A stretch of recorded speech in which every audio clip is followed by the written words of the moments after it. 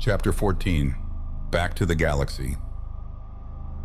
Standing once more in the pilot room, with Din at the controls beside me, I stared out through the room's 4 windows, straining my vision out through the cosmic darkness that lay about our onward rushing ships. Far ahead in that darkness lay a great glowing mass of light, lay a radiant disc-like mass that was resolving itself into a great swarm of brilliant stars as we rushed ever on toward it. In silence, we too gazed toward it, for it was our own great galaxy that lay before us, toward which for day upon dragging day, hour upon slow hour, our mighty fleet had rushed on and on. Now, as we gazed toward it, waxing there in splendor before us in the lightless heavens, I could not but reflect upon how infinitely strange and far a journey had been ours since we had left it, across what infinities of trackless space, and upon what alien suns and worlds we had gone. Out into the infinite we had gone for the help that might save our universe, and now out of the infinite we were coming with that help, but 2 returning where 3 had gone out. Yet would the help we brought be in time to save our galaxy? Already the great serpent-hordes, we knew, would have reached that galaxy, would have settled upon the suns and worlds of the great Cancer cluster, where their vanguard had made for them a base.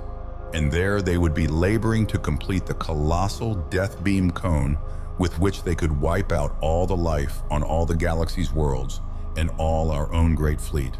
Could we reach them and conquer them before they completed that great cone of death? We were within a few score hours of the galaxy ahead, I knew, and as we raced on toward it at the same unvarying velocity, its individual greater stars were burning out more clearly, and the great Cancer cluster was a tiny ball of light at the glowing swarm's edge. Countless billions of miles of space lay between us and that cluster still, I knew. Yet it was with something of hope that I watched it as we flashed on.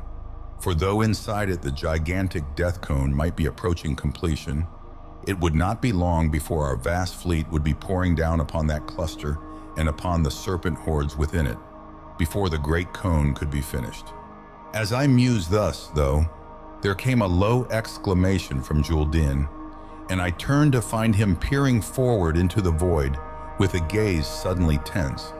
Then he had turned toward me and was pointing ahead and to the left into the darkness before us. "One of the great heat regions," he exclaimed. I gazed out toward it, and in a moment I too had seen it. A dim, faint little glow of red light, flickering there in the darkness of space before us. And to the left, steadily that little glow was broadening, deepening, though while our temperature dials were recording swiftly rising heat outside as we neared it. There was no need to change the course of our fleet, though, since the heat region lay toward the left and our present course would take us safely past its right edge. It was perhaps the same region into which we had blundered on our outward flight, and with interest we watched it as our great fleet shot forward and along its outer edge. It was a vast area of glowing crimson light to our left now, a terrific furnace of heat vibrations loosed by the collision of the great ether currents through which we were plunging. Then, just as our fleet was speeding directly past the mighty, glowing region, along its outer edge, our prow turned slowly toward the left, toward the heat region, and then we were racing straight inward toward the region's fiery heart. For an instant I stared in stunned amazement as our ship shifted thus, then whirled around to the spike-hen. "Din," I exclaimed. "The controls! The ship's heading into the heat region." But already he was twisting frantically at the controls, and now he looked up wildly toward me. "The ship doesn't answer the controls," he cried. "It's heading straight inward, and the ship's behind us." And he pointed up toward the space chart, where I saw now that as they rushed on, the thousands of ships behind us were shifting their course like our own and racing into the heat region after us, racing in like us toward a fiery death. Then as I gazed stupefied up toward the space chart, I saw something else, saw that inches to the left of our fleet on the chart, away on the other side of the glowing heat region from us, there hung 1,000 ships that showed on the chart as a close-mass swarm of dots, hanging there motionless. And as I saw them, I understood, and with understanding, a great shout broke from me. "Attraction ships!" I cried. It's an ambush the Serpent Fleet left for us if we follow them.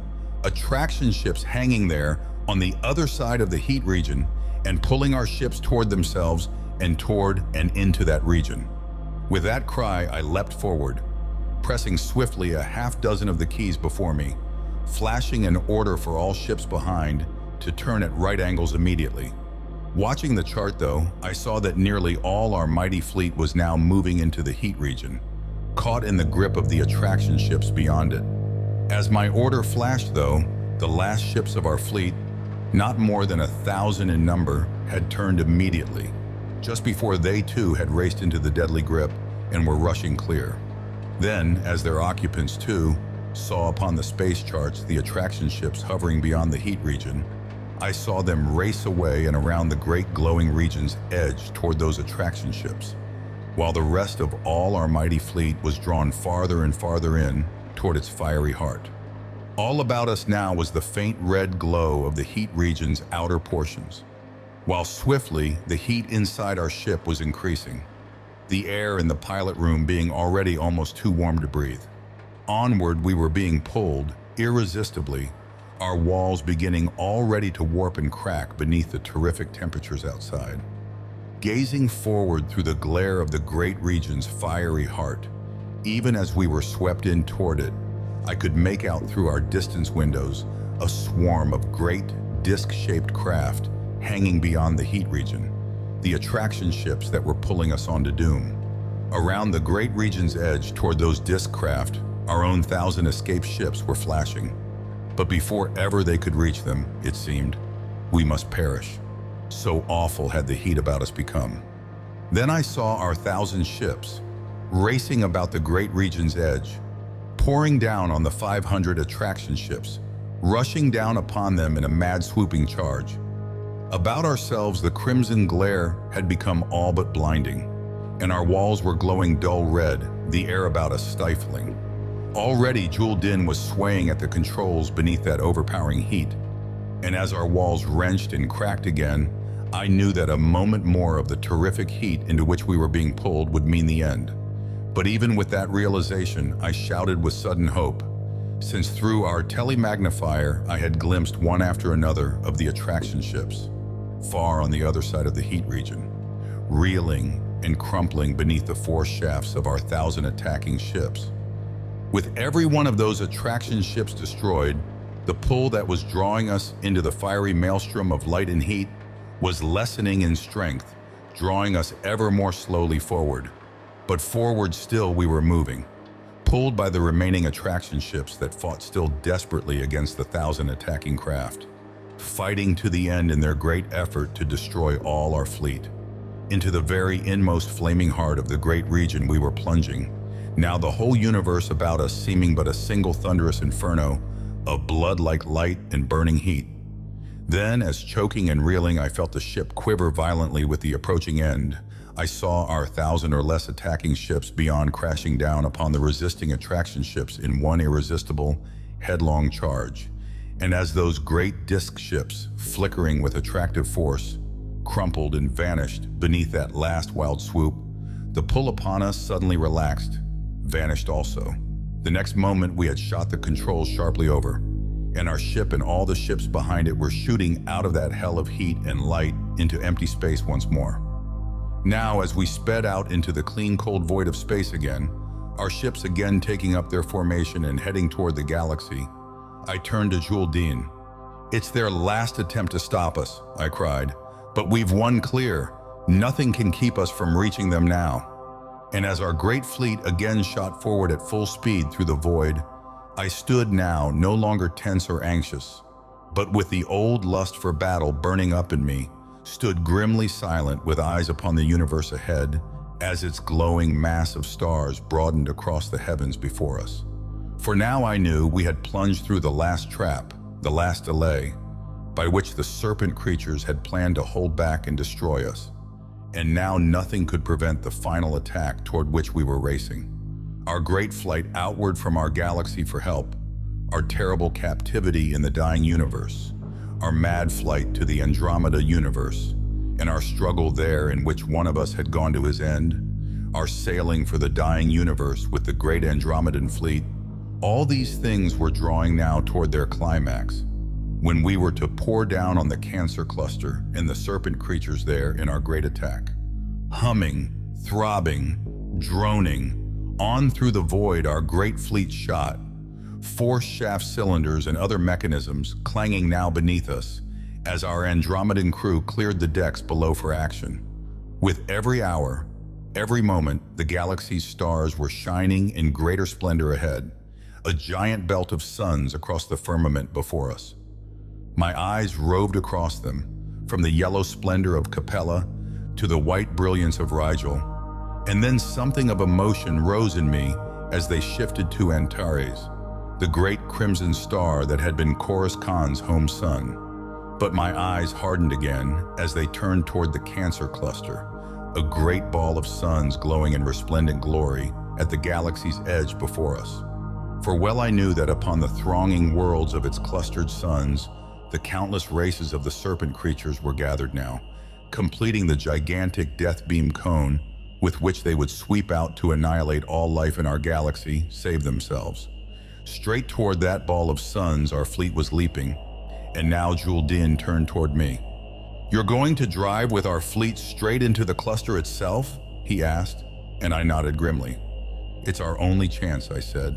"All the serpent hordes are on the worlds inside it, and we've got to reach it to destroy that great cone before they finish it."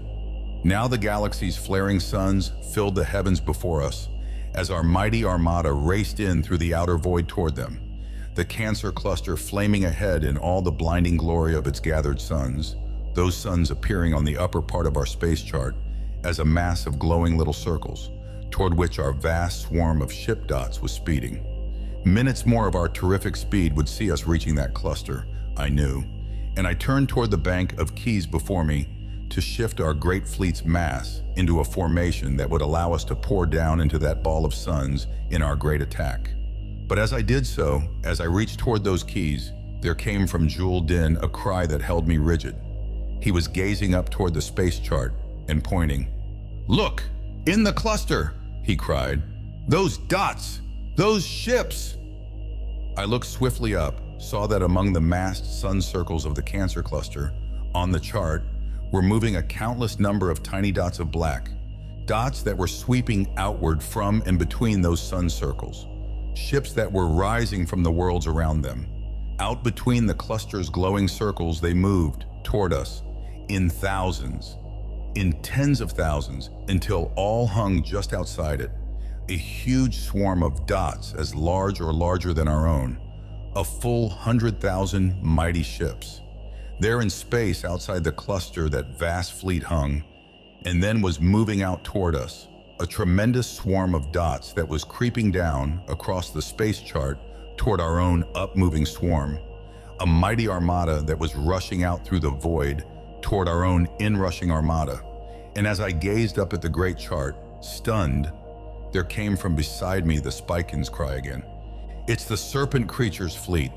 They've seen us coming, know we mean to attack the cluster and destroy the cone, and they've massed all their ships and are coming out to meet us."